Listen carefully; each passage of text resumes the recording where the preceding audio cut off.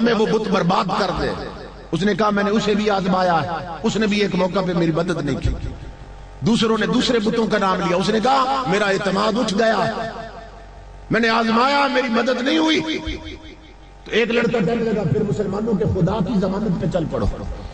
اس نے کہا میں تو اسے جانتی نہیں۔ تو کہا مسلمانوں کے نبی کی ضمانت پہ چل پڑو۔ اس نے کہا میں تو انہیں مانتی نہیں ہوں۔ تو ہندو لڑکے کہنے لگے پھر تو ہی بتا کس کی ضمانت پہ چلتی ہے، پھر تو ہی بتا نا، ہماری نہیں مانتی، تو کسی کو ضامن رکھ لے۔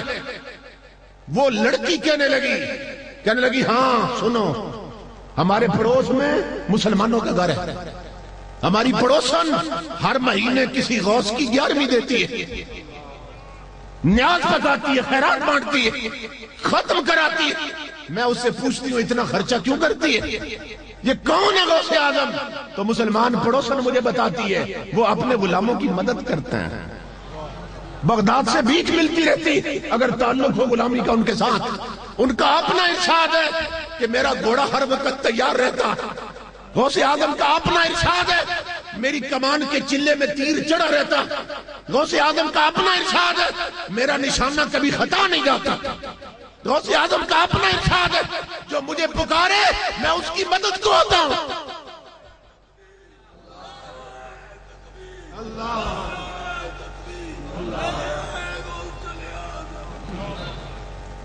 تو وہ لڑکی کہنے لگی ہندو لڑکوں سے کہ مسلمان پڑوسن کسی غوث کی بڑی تعریف کرتی ہے کہ وہ بڑی مدد کرتے ہیں، تو چلو آج میں اس کے غوث کو آزما لیتی ہوں۔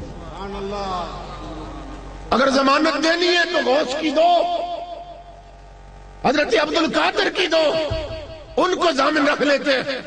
لڑکوں نے آنکھوں میں آنکھیں ڈالی، کہنے لگے چلو اب ہندوؤں کو کیا پتا غوث کی طاقت کیا ہے، کافروں کو کیا معلوم ولیوں کی طاقت کیا ہے۔ آنکھوں میں آنکھیں ڈالی، کہنے چلو وہ ہندو کی بیٹی ہے، میری ماں بہنوں بیٹیوں غور سے سنو، وہ ہندو کی بیٹی اور ہندو لڑکی میرے غوث کی ضمانت پہ چل پڑی ہے۔ مطمئن ہو کے چل پڑی۔ جب جنگل کے قریب پہنچی، جنگل کے اندر پہنچی تو چاروں لڑکے چاروں طرف پھیل گئے، ہنسنے لگے، کہے لگانے لگے۔ انہوں نے کہا پہلے تیرا زیور جانا تھا، اب عزت بھی جائے گی۔ تو نے ہندو ہو کر بتوں کی توہین کی ہے، تو نے مسلمانوں کے غوث کی ضمانت مان لی، اپنے خداؤں کو چھوڑ دیے تو نے، اب تجھے دوہری سزا ملے گی۔ اب دیکھتے ہیں تجھے غوث کیسے بچاتا ہے۔ ایک بدبخت آگے بڑھا، اس نے اس کا دوپٹہ اتارا، دوسرے نے بال پکڑے، تیسرا گریبان پکڑنے لگا۔ تو لڑکی ادھر ادھر دیکھنے لگی، ادھر ادھر دیکھنے لگی۔ وہ لڑکے کہنے لگے نادان لڑکی کس کو دیکھ رہی ہے، کوئی نہیں آئے گا۔ لڑکی رو پڑی، کہنے لگی میں دیکھ رہی ہوں کو مسلمانوں کے غوث، کب آؤ گے؟ جب میں لٹ جاؤں گی تب آؤ گے، جب کچھ نہیں بچے گا تب آؤ گے۔ میں لٹ رہی ہوں، تم کب پہنچو گے غوث؟ غلام رسول کہتا ہے مولانا میری بیٹی کہتی ابا اللہ کی عزت کی قسم ابھی میرے یہ لفظ پورے نہیں ہوئے تھے کہ درختوں کے پیچھے سے آواز آئی، بیٹی فکر نہ کر عبد القادر آ گیا، غوث پہنچ گیا۔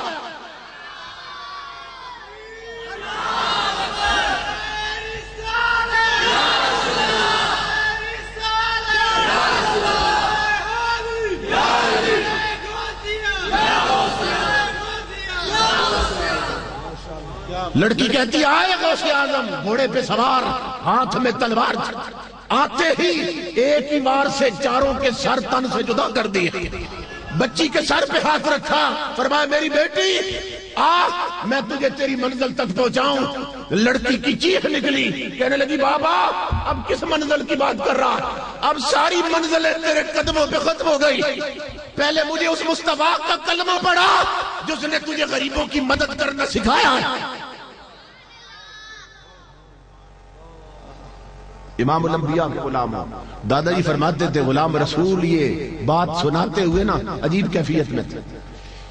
کہتا ہے لڑکی کو کلمہ پڑھایا غوث اعظم نے، لڑکی ہم تک پہنچی، اس نے یہ بات بتائی، اللہ کی عزت کی قسم ہم جنگل میں پہنچے تو 4 لاشیں پڑی ہوئی تھی۔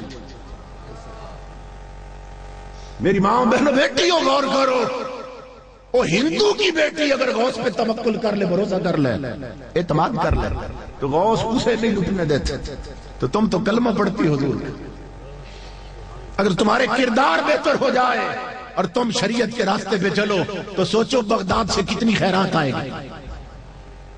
اللہ کی عزت کی قسم یہ لجپال ہیں، اور خدا نے ان کے ہاتھ میں تصرفات کی وہ قوتیں رکھ دی ہیں، وہ طاقتیں رکھ دی ہیں جو ہماری سمجھ سے بھی ماوراء ہیں. کمی وہاں نہیں ہے، کمی ہمارے تعلق میں ہے. تعلق انہوں نے ہی توڑا، تعلق ہم نے توڑ دیا.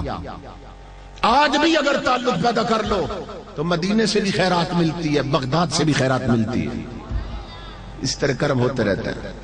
تو اللہ رب العزت میرے بھائیوں کو سلامت رکھے کہ جنہوں نے انتہائی محبت کے ساتھ اس پروگرام کا اہتمام کیا، علماء کو دعوت دی، حضرت تشریف لائے جو یادگار اسلاف ہے. اللہ رب العزت اس سٹیج کو سجانے والوں کو، آنے والوں کو دارین کی برکتیں، نعمتیں اور عظمتیں عطا فرمائے. تو حضور غوث اعظم کا ارشاد مکمل کر کے بات ختم کرتا ہوں. آپ فرماتے ہیں میری آنکھیں لوح محفوظ میں لگی رہتی ہیں،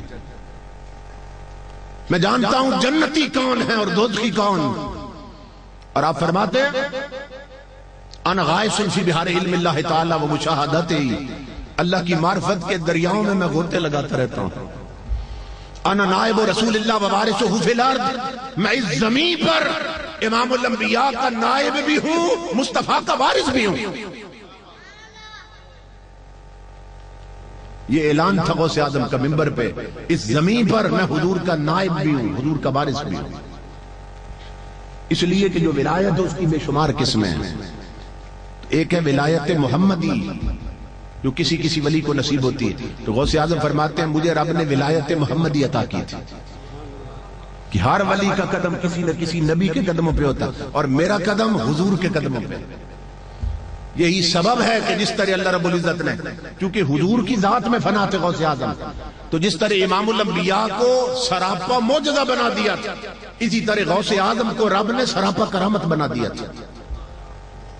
آپ کے خلفاء کہتے ہیں کہ آپ کروٹ بدلتے تھے تو کرامت ظاہر ہو جاتی تھی، آپ پہلو بدلتے تھے تو کرامت ظاہر ہو جاتی.